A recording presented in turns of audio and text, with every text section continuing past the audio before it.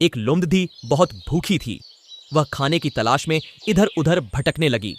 काफी समय तक घूमने के बाद भी उसे खाने को कुछ भी न मिला।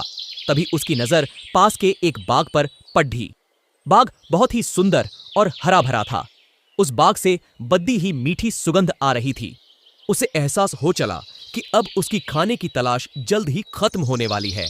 वह तेजी से बाग की ओर अपने कदम बढ़ाने लगी। जैसे जैसे वह कदम आगे बढ़ाती, बाग से आने वाली महक और भी तेज होती जाती।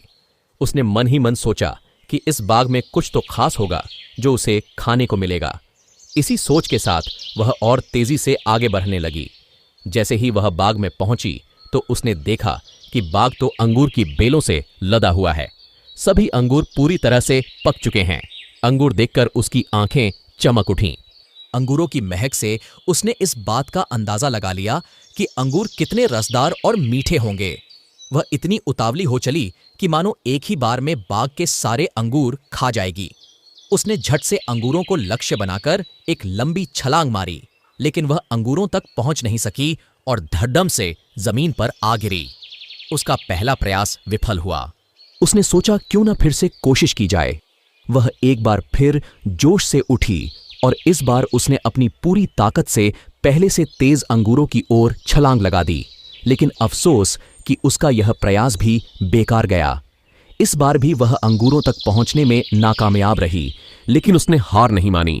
उसने खुद से कहा कि अगर 2 प्रयास विफल हो गए तो क्या, इस बार तो सफलता मुझे मिलकर ही रहेगी। फिर क्या था, इस बार फिर वह दोगुने जोश के साथ खड़ी डीढ़ी हुई। इस बार उसने अब तक की सबसे लंबी छलांग लगाने की कोशिश की।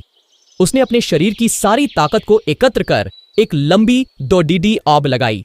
उसे लगा था कि इस बार उसे अंगूर पाने से कोई नहीं रोक सकता, लेकिन ऐसा हुआ नहीं। इस बार का प्रयास भी खाली गया। वह जमीन पर आ गिरी। इतने जतन करने के बावजूद वह एक भी अंगूर हासिल नहीं कर पाई।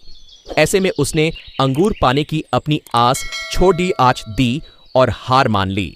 अपनी विफलता को छिपाने के लिए उसने खुद ही बोला कि अंगूर खट्टे हैं, इसलिए इन्हें मुझे नहीं खाना। लोमड़ी और खट्टे अंगूर की कहानी से हमें यह सीख मिलती है कि अगर हम बिना सही प्रयास के किसी चीज को पाने में असमर्थ हैं, तो हमें उस चीज को लेकर गलत राय नहीं बनानी चाहिए। जैसा लोमड़ी ने अंगूर न मिलने पर अंगूरों को बिना चखे खट्टा कह दिया। साथ ही हमें किसी काम के लिए जल्दी हार नहीं माननी चाहिए। दोस्तों, कहानी अच्छी लगी हो तो हमारे YouTube चैनल को सब्सक्राइब करें, वीडियो को लाइक करें, कमेंट करके बताएं कहानी कैसी लगी। कहानी सुनने के लिए धन्यवाद।